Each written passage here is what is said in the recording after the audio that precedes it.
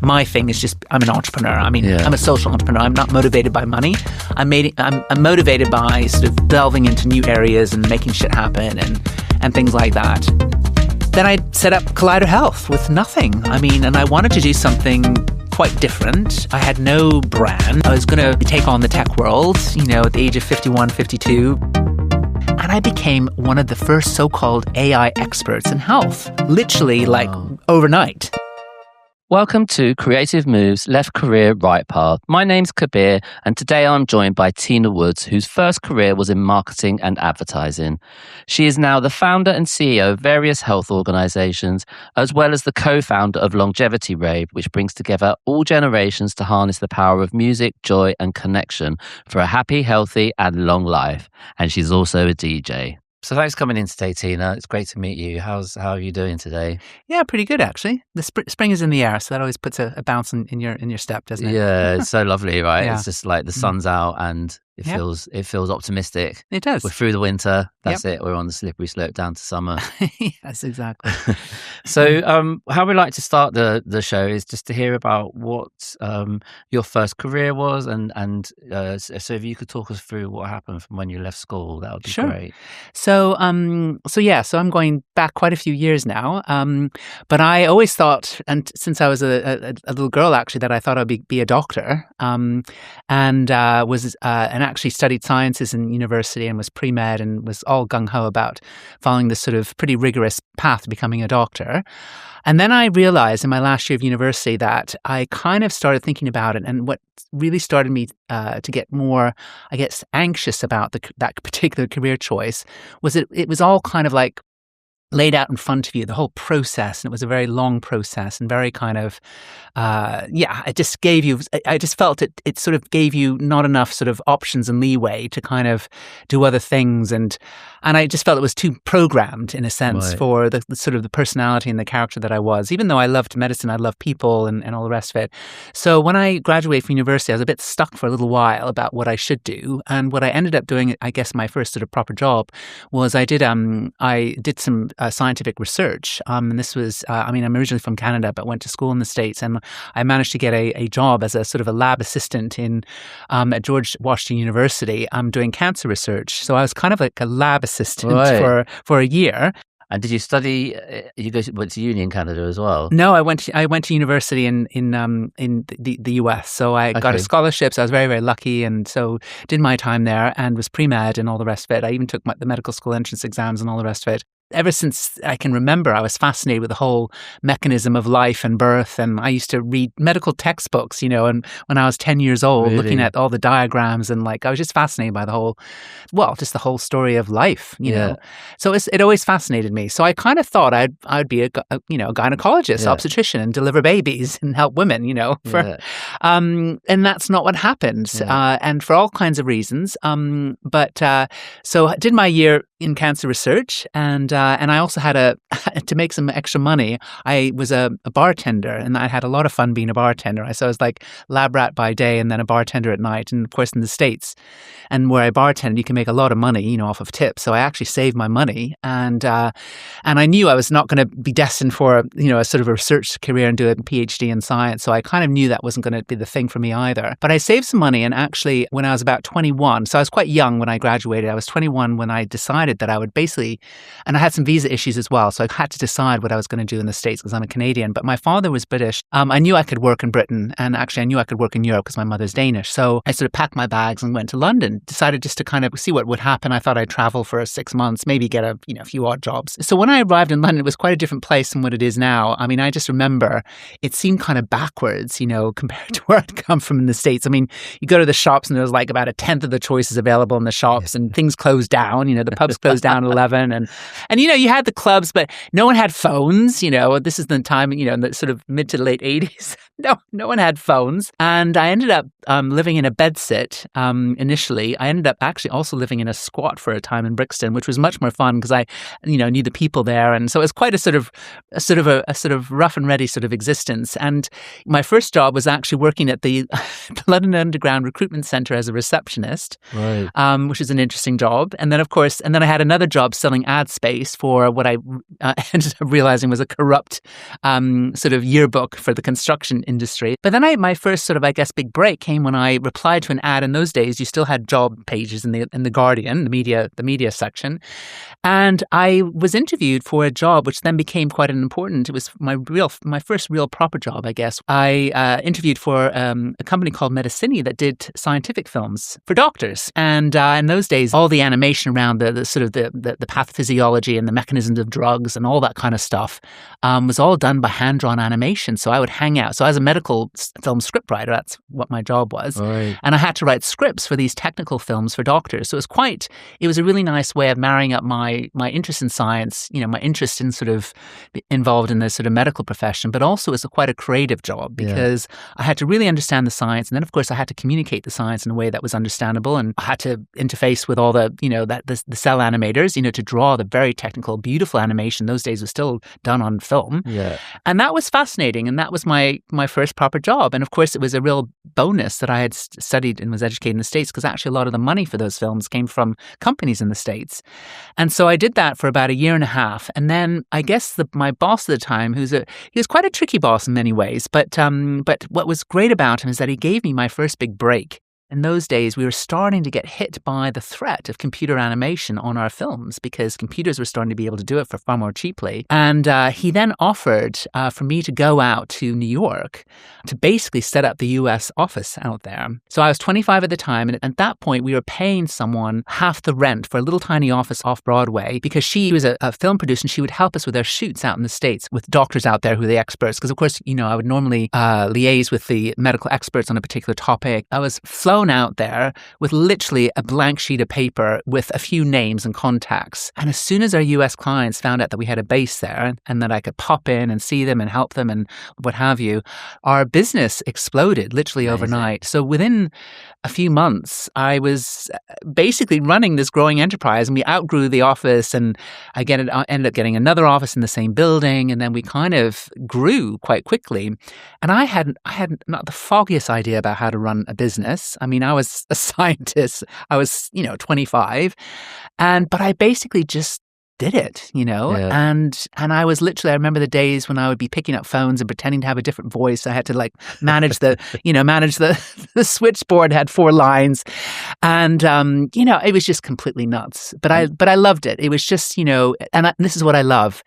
New, pioneering, kind of setting things up, with nothing, just getting on with it. Had that taken you by surprise? Because I imagine obviously you wanted to go into medicine, and then all of a sudden there's this media opportunity that you probably maybe hadn't even thought about before you went in there. I had no idea that this whole kind of industry existed. Yeah. Now, it's an industry that is still very, very big, and it is industry, and you'll see through my story later on why I ended up leaving the industry, because it's an industry which is very much dependent on, obviously, drug company money, because they put a lot of money into training and education. Yeah.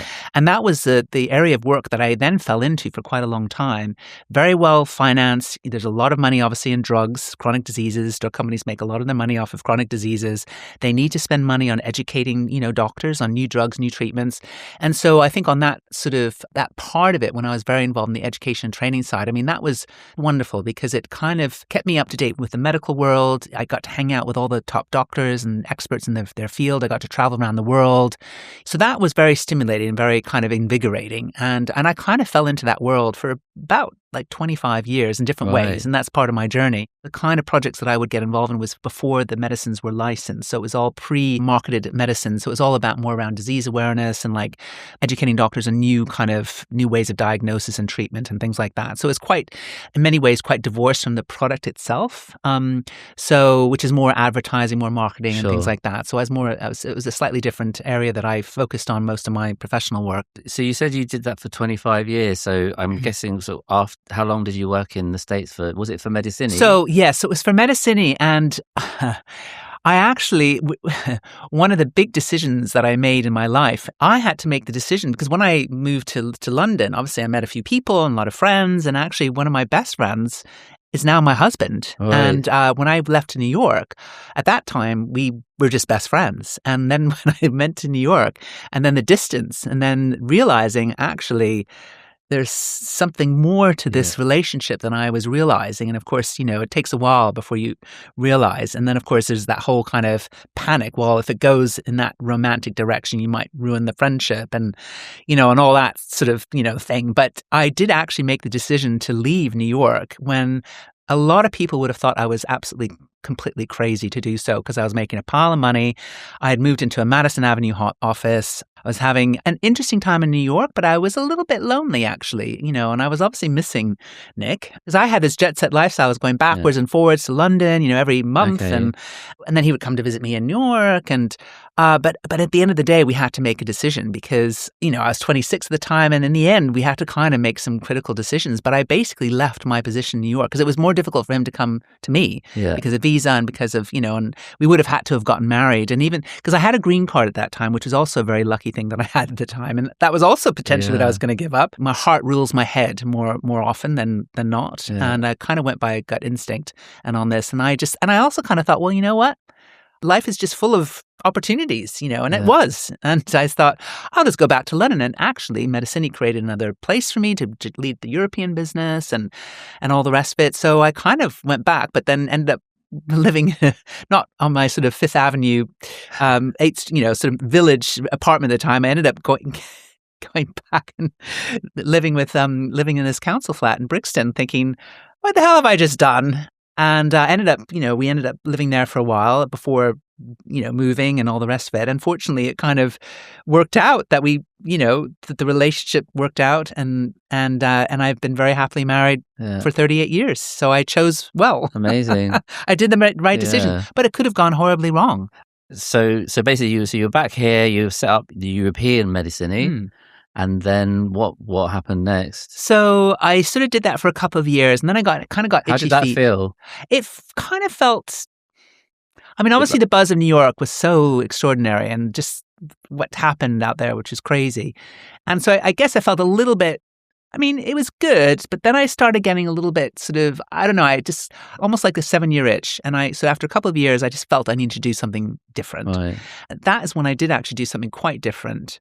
I took a step out because I was quite interested in the whole kind of filmic sort of media world. And I ended up taking a job with Oxford Scientific Films, natural history, documentary filmmaking. And they had a photo and a video library, and they're very interested in, and they had a commercials business.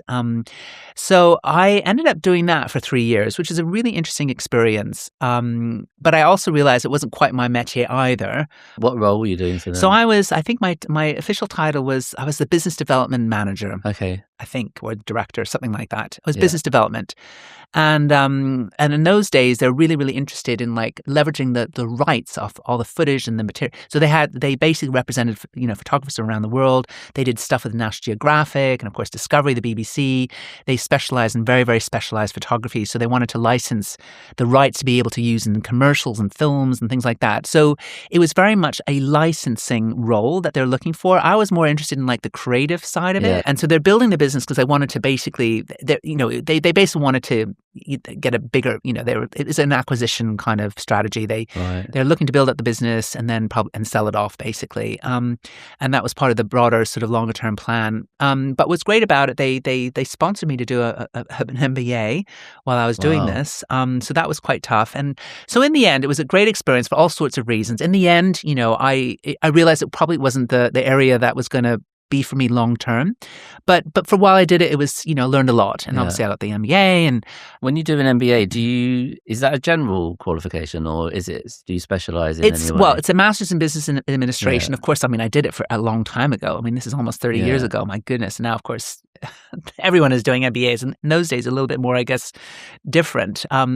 But I mean you could take certain courses. I mean it is a general degree, and what and of course they had entrepreneurs kind of course. They also had finance. I mean, there's a certain bucket of stuff you just had to do. But I guess what I found interesting, I mean, in the end, I kind of asked myself, did it really help in my career? Probably not, because actually my thing is just, I'm an entrepreneur. I mean, I'm a social entrepreneur. I'm not motivated by money. I'm motivated by sort of delving into new areas and making shit happen and things like that. I would say the MBA is more for more corporate, more corporate roles. If you want to go into management and accounting or want to be in a big company, and I think that's really what it's for. I think if you're an entrepreneur, I think I don't think Richard Branson would have done any better by doing an MBA. And so for certain types of people, like the sort of person I am, I just don't think it's made for people like myself. Although it gives you confidence. It gives you a certain amount of, it's really good to know what you don't know.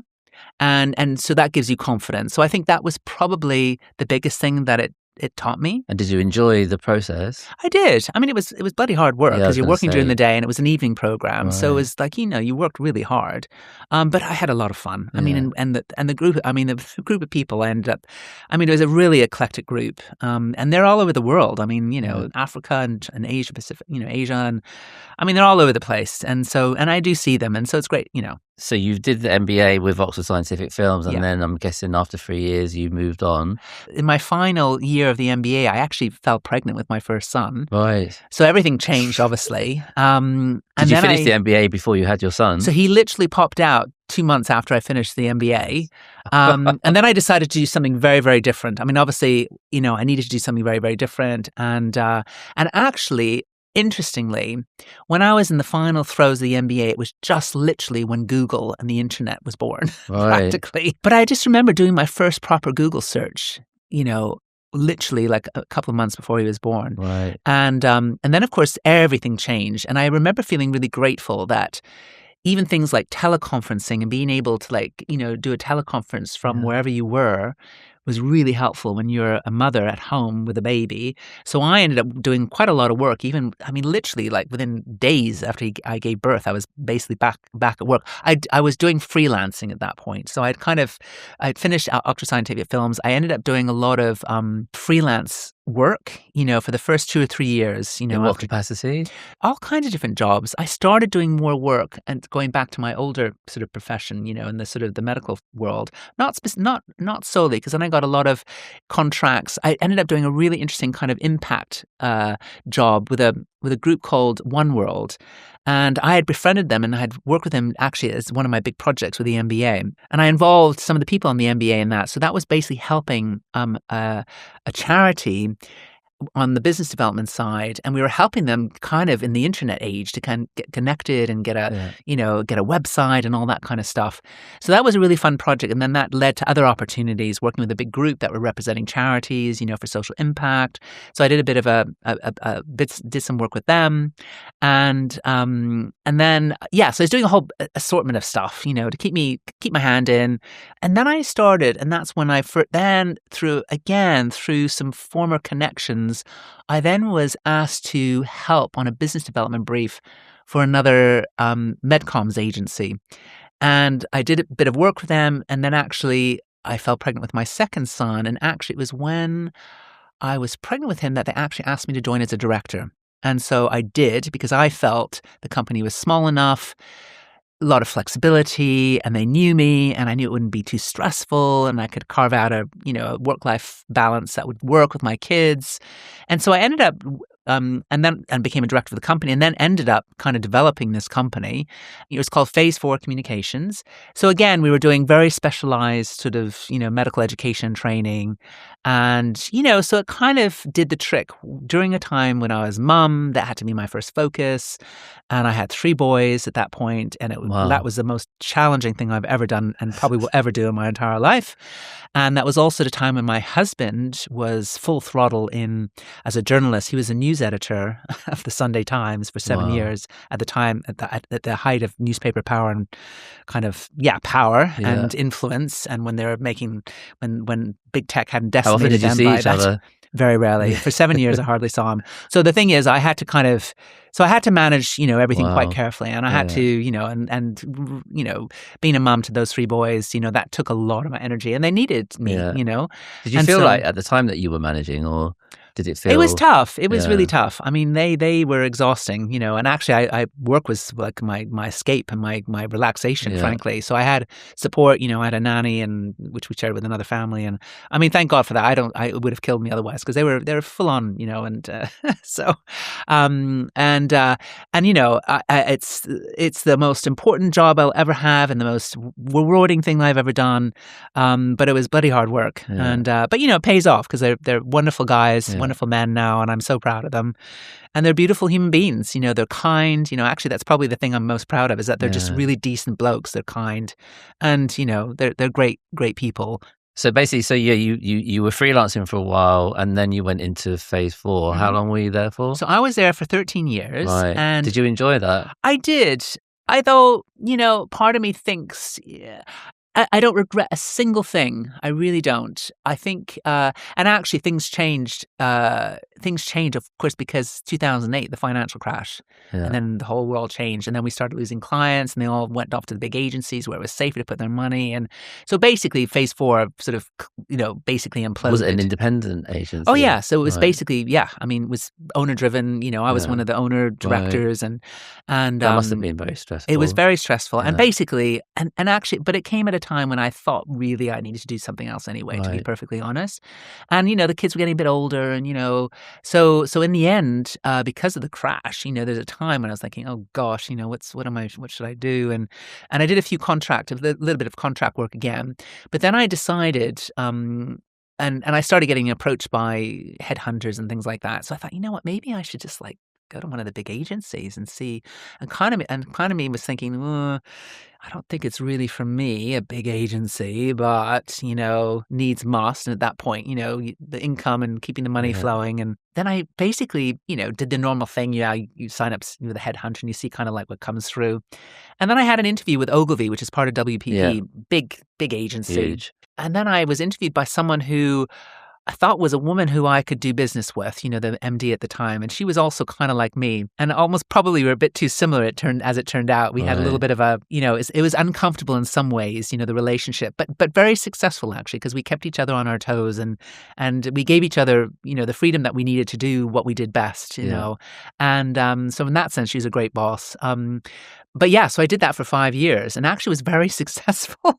And, there's a lot of it that was quite good. I mean, I had a great office and great people and great facilities and great resources. And you had big clients, big budgets, And so in many ways, it was quite fun, Did you enjoy the work as well? I did, although I guess what sort of got me more and more... It was during that time when I just saw a lot of this money, from the drug companies. Was going to the agency, and sort of propping up this machine, basically. And I kind of understood that goes with the territory, but it was the kind of stuff that I just hated. I hate form filling. Because I was just a bit of a maverick. I've always been a bit of a maverick, so there's that side that I just hated, And then I guess, and it was around that time that I kind of, it was when technology was really starting to changed most industries, actually. I mean, it changed advertising, it's changed, health and everything. But I could see it, and I, because I'm always been kind of interested in the new stuff, that's always been my thing. I like the new stuff, the pioneering stuff. And I kind of could see that the internet and, of course, data was going to really change how people would see their health as they became more informed and more knowledgeable and, power to the people in those days was all about patients becoming more empowered and all that kind of stuff that the drug companies would talk about. And I was really fascinated by really what it was going to mean. But I was also realizing that, I was working in an industry that made all of its money mostly from people being sick, And I kind of became much more interested, well, how do you actually keep people healthy and well so that they don't need the pills and the doctors and the hospitals? So it started to create, a tension in me, which sort of started to it wasn't uncomfortable, but it was sort of something that I was just thinking about, a lot more of. The business model is pretty much they needed people to be, sick, to sell drugs, And so there's inherent sort of, I guess, conflict there. And I just, and when I would see all that money propping up this machine, because the agencies were like the middlemen, between the doctor and the drug companies. And then there is all this money and all this education, then marketing, and then propping up the whole kind of agency, structure. And I just thought, what, if we could cut out, all the stuff, keep people healthy and well. And it just started to kind of prey on my mind a little bit, and I just sort of thought there's got to be a different way, and this is where technology, you can cut through and, cut through all that sort of the business models. And of course, it's a lot of what we've seen, the impact of technology has been transforming business models. So I decided to leave. And then I started getting approached by headhunters, and because I was doing quite well, and so then I thought, you know what, I have to be true to myself. I'm such a maverick, and I hate all this sort of compliance and having to all this corporate stuff that you have to do, and all these meetings, and all the sort of human resources stuff that you have to do. And so I just knew I had to kind of go back to my maverick kind of, entrepreneurial self. So then I did something which was really good opportunity in the sense that I was headhunted, and I was asked to kind of set up sort of like the health arm of an agency that dealt in the finance industry.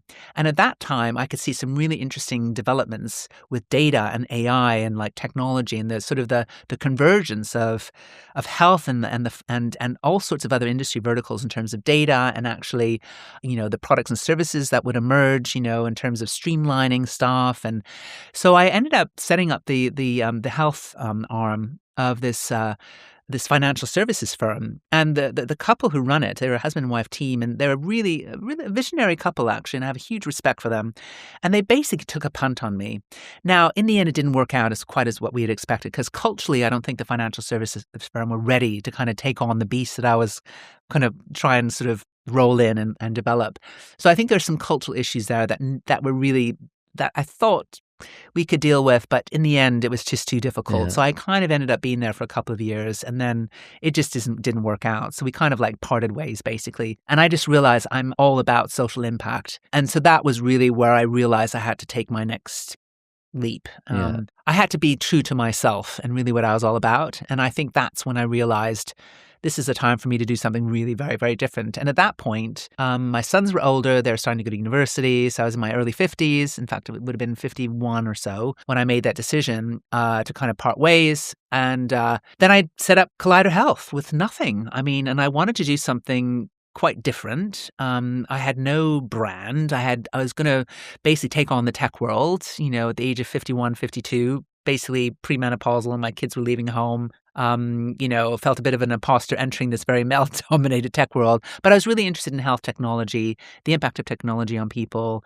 And before I knew what I was doing, in the end, looking back, what I was really interested in was system change. How do we actually move a very broken model of healthcare, a sick care model, as I call it, which has all the perverse incentives for keeping it like it is. Yeah. A lot of money to be made in chronic diseases. And it's not just pharma. It's like food companies. The obesity epidemic is driven by our addiction to junk food and ultra-high processed food. And that actually is one of the biggest killers, apart from loneliness and social disconnection, all the stuff that I'm addressing now with the stuff that I'm doing now. But yeah, we live very unhealthy lives, this life of convenience, this Western way of living our lives. Too many cars, we don't move around as much. We eat too much junk food. Culturally, leave it too late. We think, oh yeah, the NHS is always going to be there to fix us.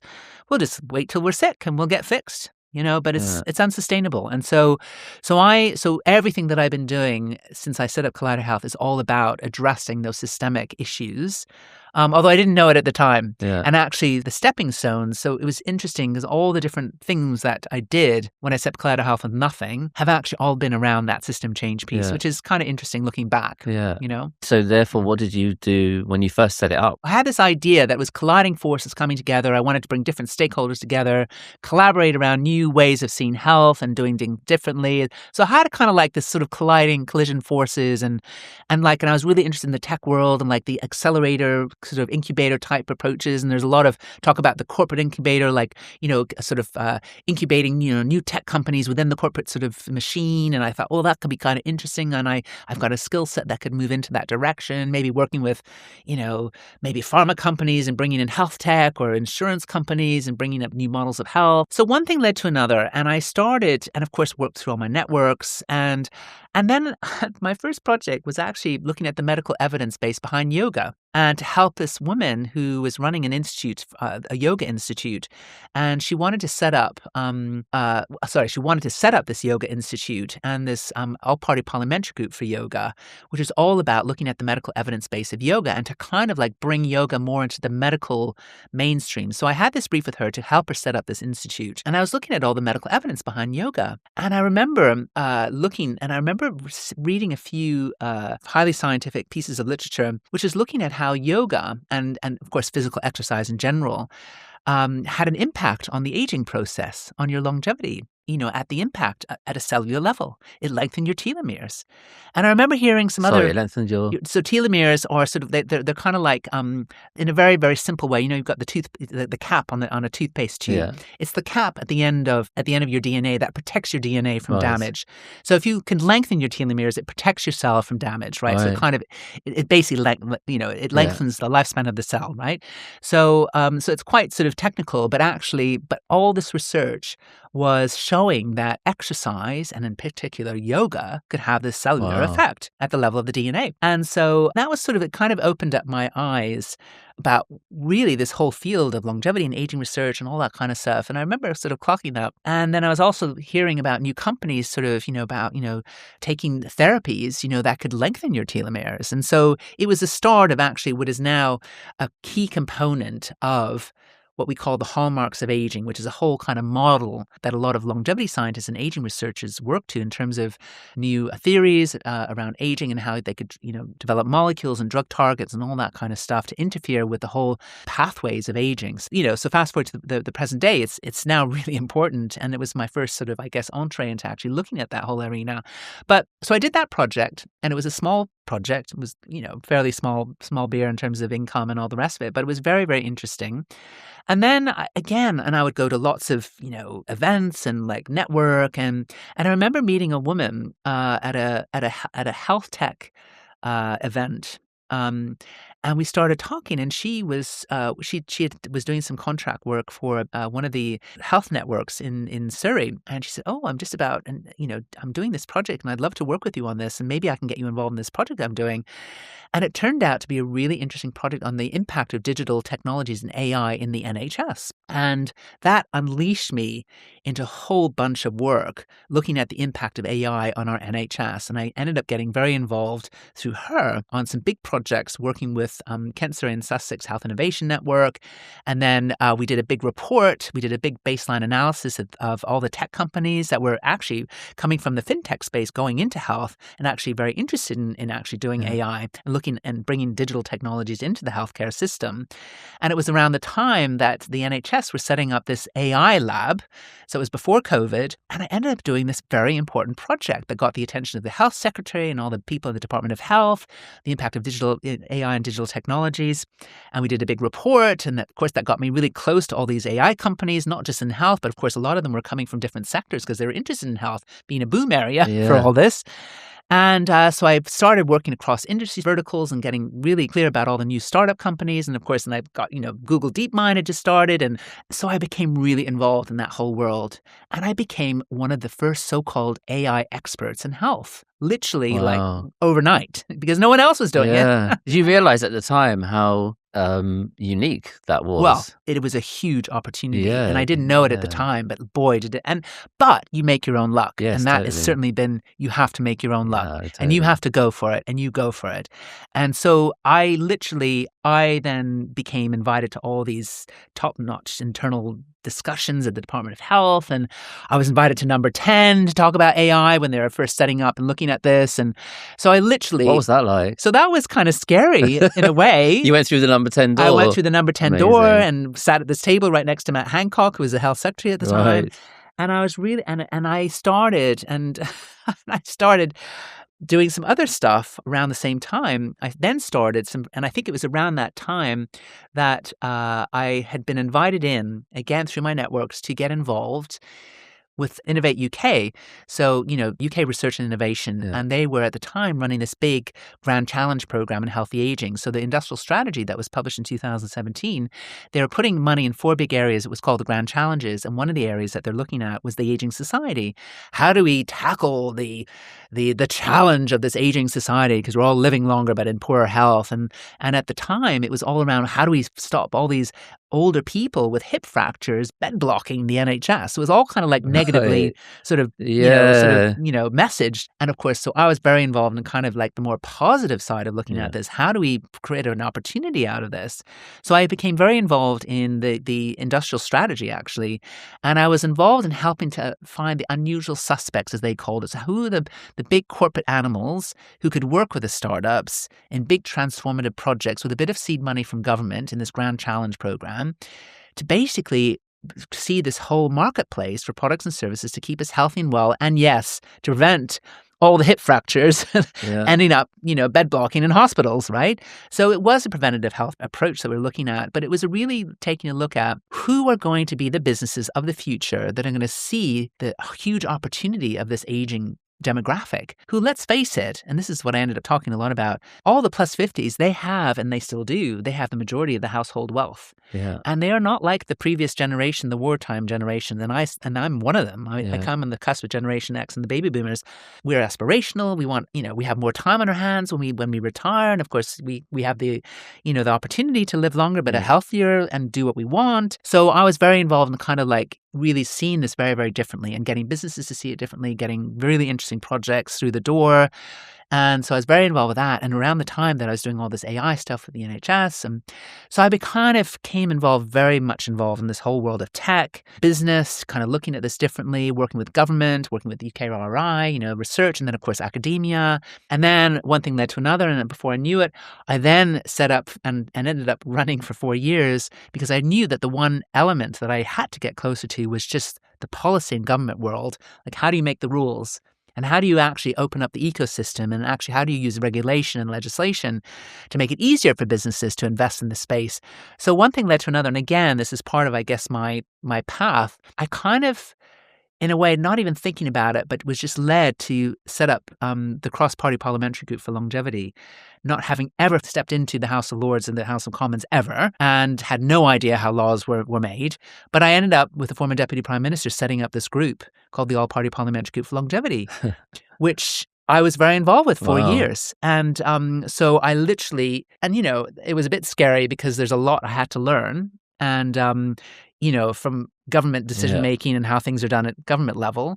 But it was a fascinating process, and we did some really interesting work. And actually, we published our first report a month before COVID broke out, and we got the fanfare of Matt Hancock, a month before, saying this is this report by the APBG for longevity. How do we keep our nation healthy? Because it was all around meeting the government manifesto commitment of increasing our healthy life expectancy, years lived in good health, while minimizing health and well-being inequalities. So the whole social impact piece was there, which is really important to me and has always been really important to me. And so we published this report, and by then we had interfaced with the scientific community, and I was very involved working and understanding longevity at all, like in Silicon Valley and all the rest of it. And actually, it was that time, I was also approached, and this would have been a year even before, it was before I even ended up setting up the ABBG. I was approached to write a book by a tech publisher on a book on AI and healthcare. And I said, no, I don't want to write a book on AI and healthcare, because I knew there was going to be a lot of impact in terms of the NHS and healthcare, the sick care model. I said, I want to write a book on AI and health. Like, how do we use AI and technologies and data to keep us healthy and well? So it was during that time that I had been approached to do this book, and I was also setting up the APBG. We'd published this report, and that's right, I was writing this book at the time of the COVID, and we actually delayed the publication of the book till right after COVID. So it was all a crazy time. I was doing all this stuff, and I'd been very close. Oh yes, and that's right, because I was getting very close to the longevity community while I was writing this book, interviewing the experts around the world. And of course, a lot of them were involved as the expert advisory group for this APBG. And then I was working with the business world, and I was working with behavioral economics, and I was working with the public sector. So all these different groups, and getting their advice on this strategy to achieve this government manifesto commitment. We published it a month before COVID, and then COVID broke out, and then everything changed. But the recommendations in our report were even more relevant, we realized, because of COVID. And so ever since then, and the APPG disbanded a couple of years ago, but ever since then, I've been really involved in some of those core recommendations, including I set up Business for Health, a social enterprise. We even formed it during COVID because we realized that the business world, and at that time, businesses were literally we're rescuing people like the supermarkets and like their staff and the business world realized they have a huge role to play in keeping people healthy and well. So we set up Business for Health. Social enterprise is still running, and we've done some really amazing work. And it's all around how do we lever and use the business world as a lever of change, products and services that they market and develop. The role that they have on workforce health, which of course is hugely important and is a huge focus of government work at the moment. How do we actually incentivize businesses to not harm our health? So look at legislation and reporting, and how do we get food companies to not fill us with junk food? And also the whole kind of ESG. I know ESG has changed with, especially with climate change and all the things that we're seeing now with Trump and oil and all the rest of it. But, improving human and planetary health goes hand in hand. You deal with the food system, you deal with climate change, you deal with less cars. And human and planetary health are completely in line. So it all fits within the ESG and all that kind of stuff. So big thinking. And we have done some really amazing work through that group, which is a tiny little social enterprise, finding the initial group of founding sort of sponsors. And of course, we had members. And so we got a little bit of money, obviously, through some of the corporate sponsors, and it was all, we had to do it very, very carefully. They had no claim on what we did as a group. Yeah. But basically they supported the objectives of the group. And of course, a lot of it was, tied around corporate responsibility and all that kind of stuff, right? But we did some really, really interesting work. I did some amazing work with the CBI, before they had their little troubles, and did the Workforce Health Index and the Office for National Statistics, looking at and still looking at this whole connection between health and economic growth.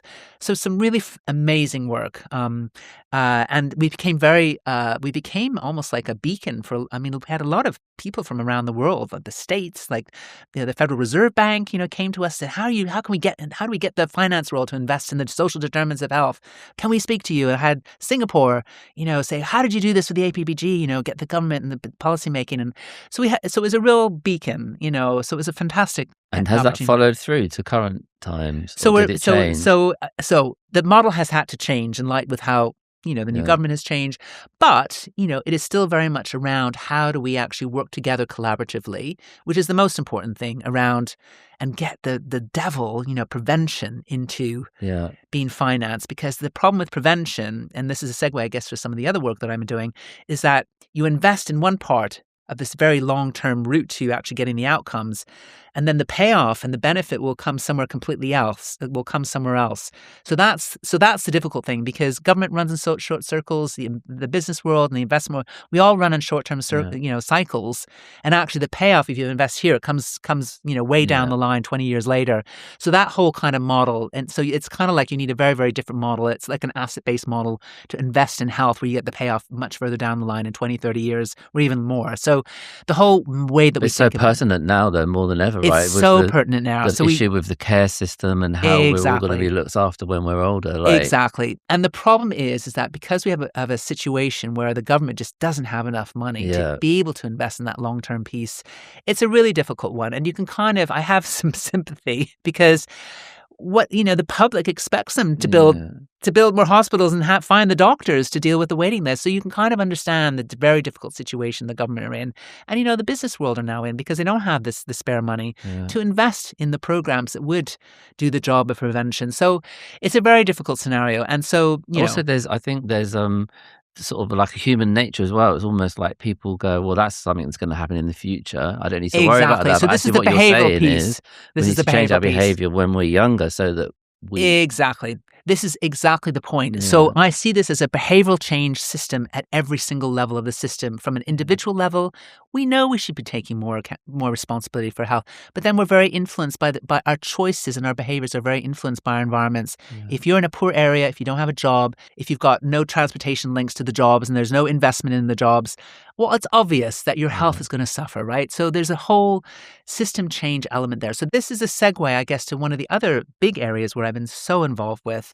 And this is a good link between some of the work that I've been doing, for example, with the National Innovation Centre for Aging in Newcastle, around the City of Longevity program. How do you create the environments for health, which is all around behavior? You have to make it easy and cheap and quick and fun for people to change the behavior. So how do you design the cities of the future, or retrospectively go back and redesign areas where you can connect people closer to nature, you get them to move more, you have, active travel policies, you create, more sort of intergenerational homes, and you don't just hive off people in care homes. It's like, how do you create a whole different way of looking at this? So I've been very involved with them and continue to be so, and support their cause, and actually was very involved in the design and the thinking around this whole framework for health, which has kind of come out of the scientific community, which is linking human and planetary health and looking at the environmental health impacts of us on humans.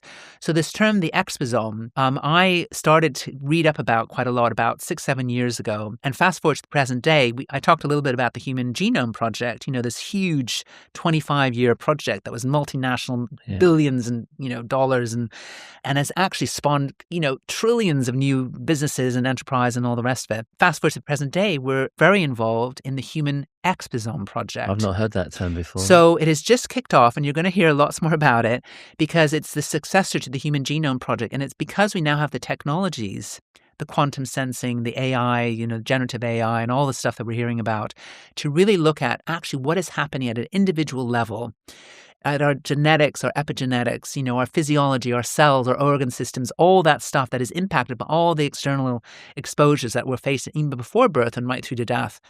The toxins in the air, the plastics in the oceans, in our water, our food chains, that's entering our systems, our psychosocial stress, the fact, our activity, the food that we're eating, the microbiome, all these sorts of things are all exposome factors. And now we can really start to understand it. And this is the Human Exposome Project. And the exposome is really, it represents the totality of external stresses and exposures that we are faced as individuals across our lives. Now, some of them we can control, but a lot of them we can't. We cannot necessarily control the air pollution outside our front door. We might be able to control the air pollution inside our house with filters and things like that.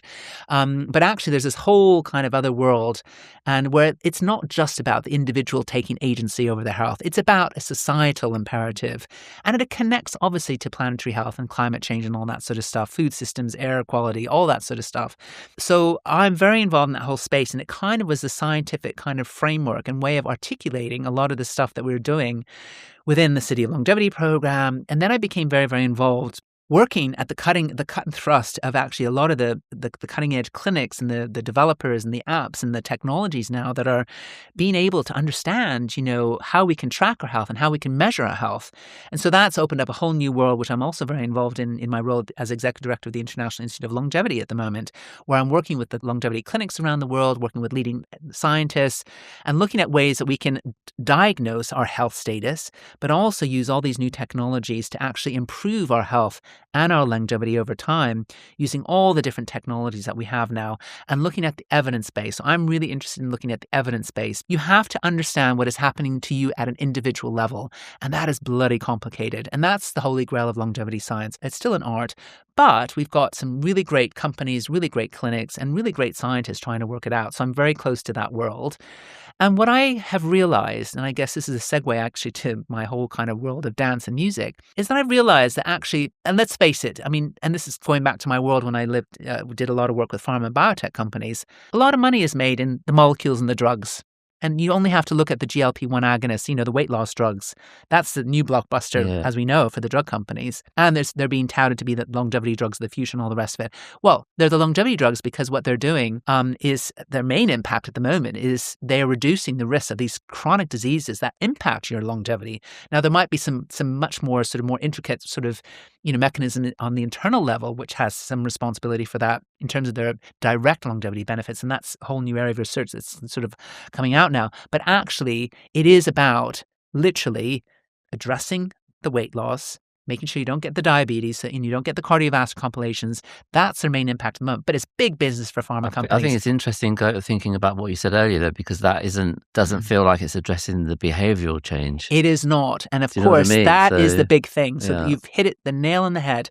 Because unfortunately, if you stop taking these drugs, the weight comes on because it's not. But also, I feel like, obviously, I'm not at all scientific, but the weight that you lose through taking the drugs is there because of a lifestyle that is unhealthy. So I'm assuming that just because you take the drugs doesn't mean to say you'll have a healthy lifestyle. So this is the point. The point. If you stop taking those, I mean, there are some there are some genetic, there are some reasons why it's really difficult to get the weight loss, the weight off, but most of it is lifestyle, right? Yeah. And the environments in which you live, because you're just surrounded by peer pressure or like junk food, or you just, whatever, or lack of education.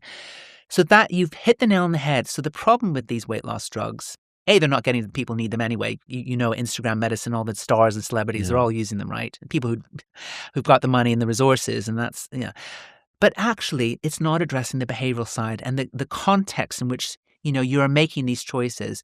And so, of course, you're going to be on these drugs. A lot of you, they're going to be on these drugs for life then. But then that's what the pharma companies want. And then, of course, it makes a lot more money for pharma companies. Now, again, I'm not calling them devils or anything like that. We need good drugs and we need, ethical, practice there. And, and it's a regulated industry and all the rest of it. And we need all that.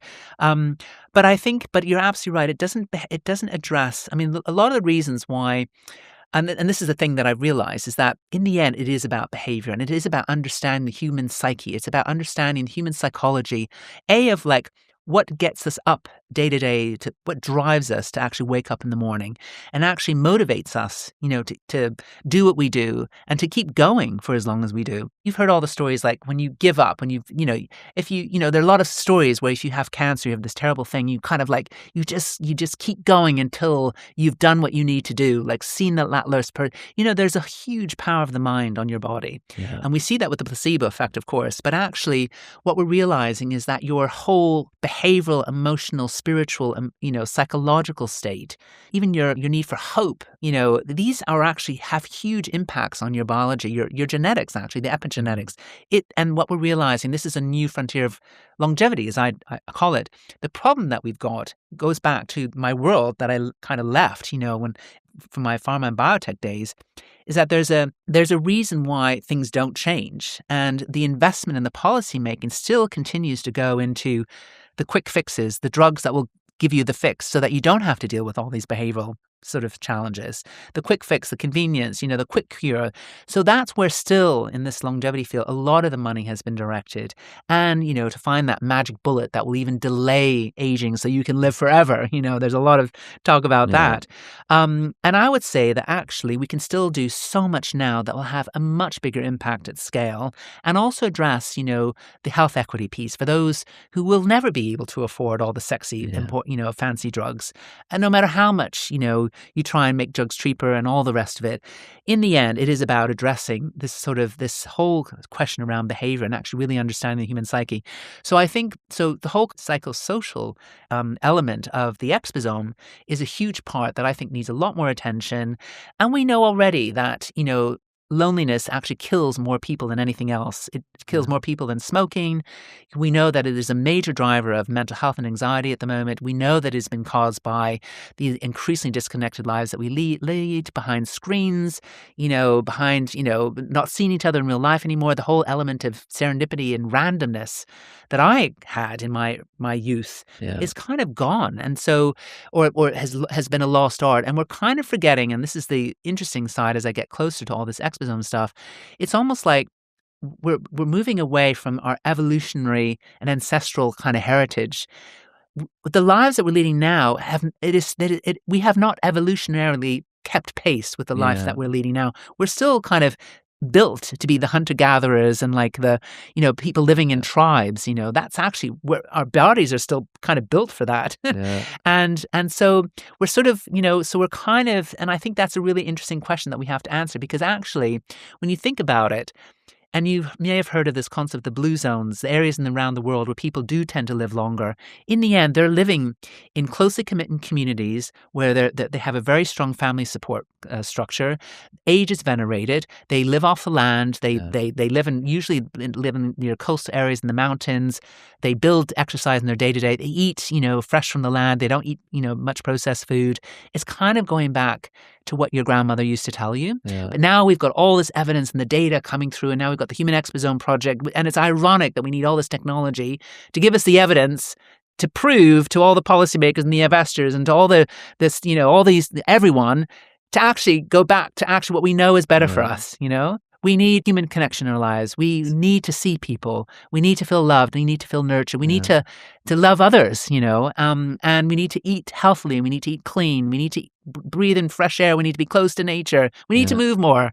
It's all so obvious. And I think it's interesting what you just said about how we experience we have less serendipitous moments because, I might say to someone, oh, let's have a chat. And they'll be like, oh yeah, when can I phone you? And I'm like, just phone me. If I answer, we speak, and if I don't, I'll call you back. It's really funny, but a lot of people don't feel able to do that now. I know. And it's really interesting. And that sort of, I feel like that isn't just COVID. It's also about the way that we use technology, which is making us more insular. Absolutely. I Even couldn't though agree with you more. It's supposed to be giving us a bigger world, it's actually doing the opposite. It is.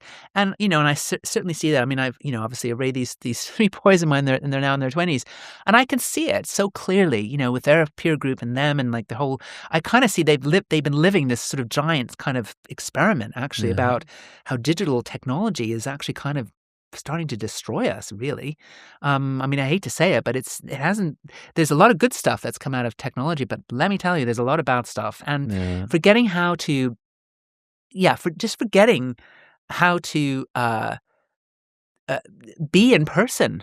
That's, just sort of the randomness and just sort of, and not being able to, because people can hide very, very easily behind screens. I mean, on the one hand, you can't hide, and this is the whole curse of social media, but on the other hand, you can hide. Yeah. And, but then you close yourself off from all the world of possibilities, which I think makes life so exciting. I mean, that most of the most important things that have happened into my life, it has been through serendipity. Now, you can be open to that, and you can have a different filter to how you respond to those opportunities. And that's partly to do with your character and letting yourself, it's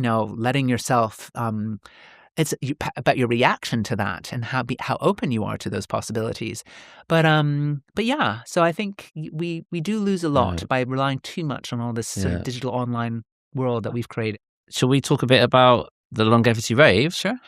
Because I feel like we're at a natural place to talk about that. Sure.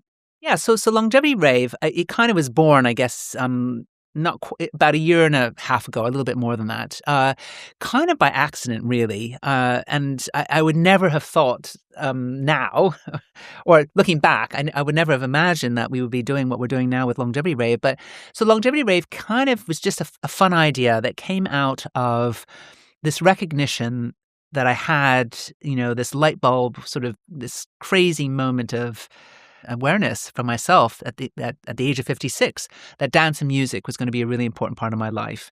And it was like a light bulb that went through to me, and I thought, oh my God, I finally felt that mind, body, and soul, like just kind of came together when I was on the dance floor completely randomly. And it just sort of hit me. It was just post-COVID lockdown. And then danced a lot for 4 years after that, and met Yukari, my co-DJ and co-founder of Longevity Rave, on the dance floor, and there's a whole story around that. And it was only through the fact that I knew just before I turned 60 that the one thing that I had to do was to sort out my feet, because I wouldn't be able to dance any longer because my feet were getting so painful. I mean, it was basically a deformity that I had to correct. It was worse than bunions. My feet, my toes were dislocated. I mean, and it was just getting really painful. Oh, and you were still dancing. And I was dancing all night, and so I'd literally be hobbling back in agony. And I thought, and also I love climbing mountains, and I thought, I've just got to sort out my feet. And I've been putting it off And I finally found the right surgeon. He did all the Olympic athletes and tennis stars, in Wimbledon. And I thought, okay, at least he's not going to screw up my feet. And I hopefully will not lose my mobility, because that's what I was most terrified of, because they were really, really screwed up. Wow. But then I started to worry about the process of recovery, because it would take like 6 months to a year before I'd be back to normal. I'm like, how the hell am I going to cope with that? 6 months without walking, or? Well, before getting back to normal. And I'm really like physically active. I mean, when I go raving, I'm out for like hours and hours. And then mountains, I'm a pretty serious mountain climber, So, and very physically active, pretty much all the time. I mean, I'm physically active, I go to the gym and Zumba and like weight training. I mean, all that kind of stuff. I'm just a very physically active person. So that was actually then became the really serious thing for me to work out. So then it came to me, and it kind of just came to me at a few little points. A very good friend of mine, Julia Jones, who actually is a DJ and musician herself, and she runs actually a very successful health tech company called Halidity. She wrote some random comment on LinkedIn, kind of support, some latest thing about Halidity. And she had just launched a band, and she's roughly my age, I think a little bit younger, on LinkedIn. I said, I quite fancy becoming a DJ at the age of 60, actually. And that was right before my foot surgery. Right. And then I spoke to you, Karen, my co-founder of Longevity Wave, and I'm like, you know what? I think what I might do when I'm kind of trying to cope with this foot surgery I'm about to go through, I might just learn how to mix music. And then she said, well, you know what? I'm starting to kind of think I should start DJing. And she was just getting her hand. So we ended up thinking, you know what? Let's just learn to DJ together, and let's just do a gig, when you come out of the surgery, when we're ready for it. So I learned how to mix music when I was recovering. So my sons gave me a DDJ 200 for Christmas. I had my right foot operated right before Christmas, and then my left foot operated on in January, turned 60 in March. Wow. And then we did Longevity Rave in July. Right. And I was fortunately able to bounce back much more quickly than I thought, partly because I'm quite physically fit and whatever, and that helps your recovery. And I was back dancing, carefully by April. So I thought, right, we're going to be ready. So you didn't wait 6 months. So I'm going to be ready for Longevity Rave by July. So we thought, well, let's just cook one up and just have a big party. And I was half thinking I should do a 60th birthday party. And anyway, but in the end, it became Longevity Rave. So that's what we did. And so we just basically invited all our friends, and we had over 200 people show up, or register. We had, I think, about 150 show up, and we ran at this really cool place called the Love Shack. And then ever since then, we've just had so much interest in Longevity Rave, partly because there's a little bit of media attention on it, and there's initial fascination with the fact that I'd learned how to DJ at the age of 60, and then the concept of Longevity Rave, it kind of took off. And then because I speak a lot at international conferences on longevity, then I had lots of requests to do Longevity Rave as the after party, and then one thing led to another, and then Carrie started DJing more around the world. She does gigs in Tokyo and Berlin, and then we had a really great opportunity at the House of Cocoa to do an after party to do with a health conference. So that was the first gig at the House of Cocoa, and that was only 6 months after we had launched Longevity Rave. Amazing. So we were so lucky. And then we just started to go, just do it, and now, so can you explain the concept of Longevity Rave? So Longevity Rave, so the idea, so it's bringing together a few things. So what makes it magical, and this is the magic bit, it is about the story of this intergenerational mix coming together. And obviously you, Carrie, are an example of the fact that we found each other in dance floor. I'm like, sort of 60. She's like 28 when we started dance. Well, I was 59, I guess, at that time. And age just doesn't matter. Like, it's the energy, and this is actually what I'm really interested in, is actually the science behind energy of people. Because you know what it's like when you're in a rave and on the dance floor, you just sort of, the energy brings you to people. Yeah. You don't even look at what they look like, and obviously the wrinkles no one gives a shit about the wrinkles. Like, when you're in that environment, anything, you're just attracted by the energy of people, right? So that's what attracted, us to be dancing partners together.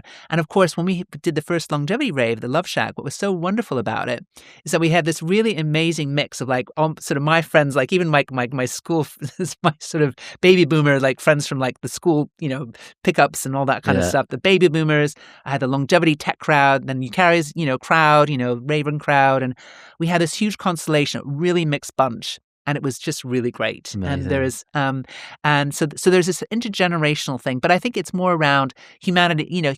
being human connects us all. There's a humanity that connects all of us. There's obviously an element of the kind of the science behind it and that's obviously what we're doing now with this Joy Score experiment that we've just launched and kicked off in December, which is getting a lot of attention because it kind of picks up on this whole new frontier of longevity that needs a lot more attention. And now we have the technologies to understand it and to measure it.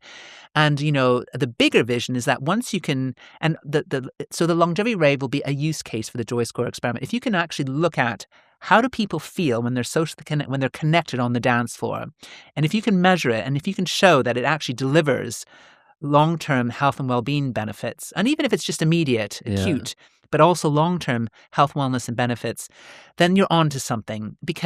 And that's where getting together all these new frontier technologies, if you can even start to look at it, then you can then extrapolate it and use it in all sorts of other sort of experiences and interventions and all that kind of stuff.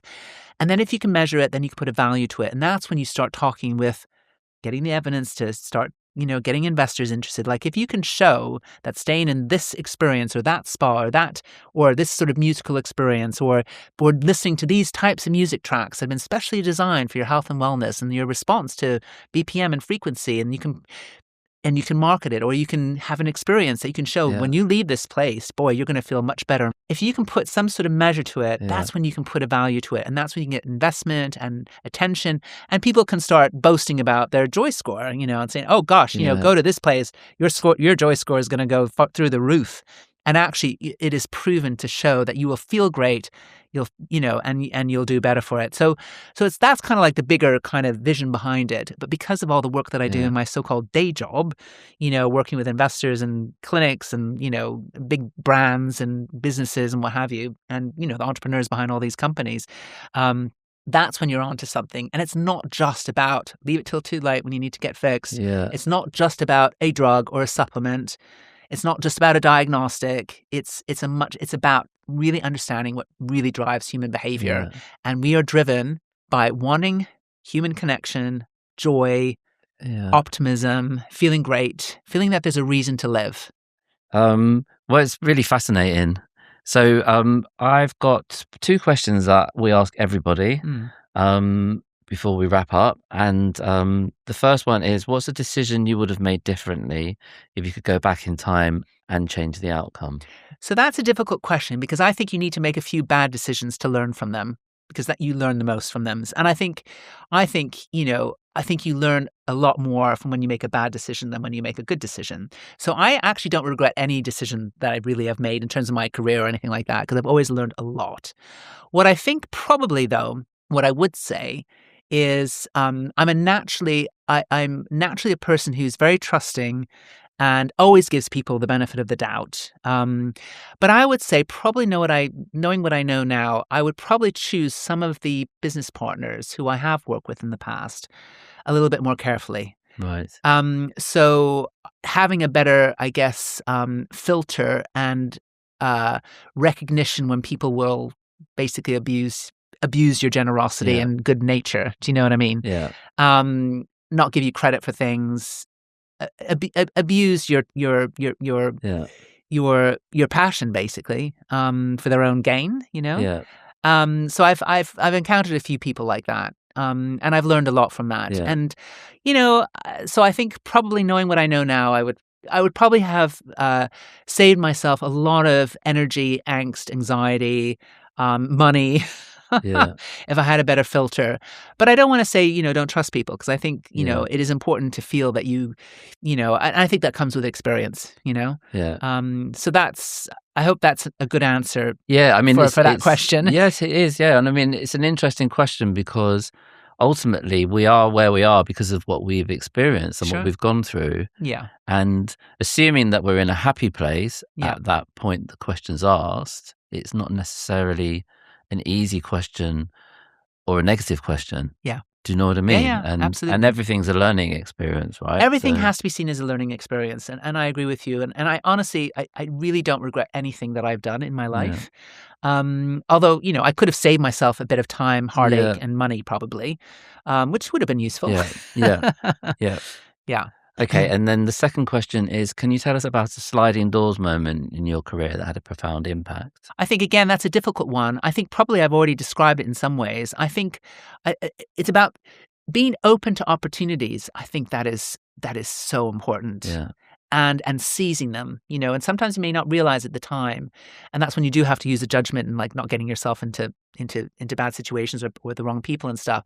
But I would say probably when I launched myself, on my new sort of Collider Health thing, at the age of 52, 53, I mean, I opened myself up to a lot of opportunities and relationship building and all the rest of it. But it was a pure moment of serendipity. So meeting that Melissa Ream, who is actually a co-author on my book, because I wanted to thank her. Yeah. Because without me meeting her and without her being receptive to what I was trying to say and me being receptive to what she was doing, we wouldn't have had that second conversation. And before I knew it, I was onto something that would have a significant impact in my life. So that's why she's a co-author on my book, and I thank her, and I'm really grateful to her, and she was a great colleague to work with. And I think there have been a few other moments like that when you end up being really grateful for those people that you meet in very, very random situations that have really been helpful to you in your career. Yeah. Well, thank you so much for coming in. It's been fascinating talking to you and hearing your story. Really inspiring. Well, thank you. And thank you so much for the opportunity. It's been great speaking with you. Thank you for listening, and thank you to Tina for coming in to talk to us today.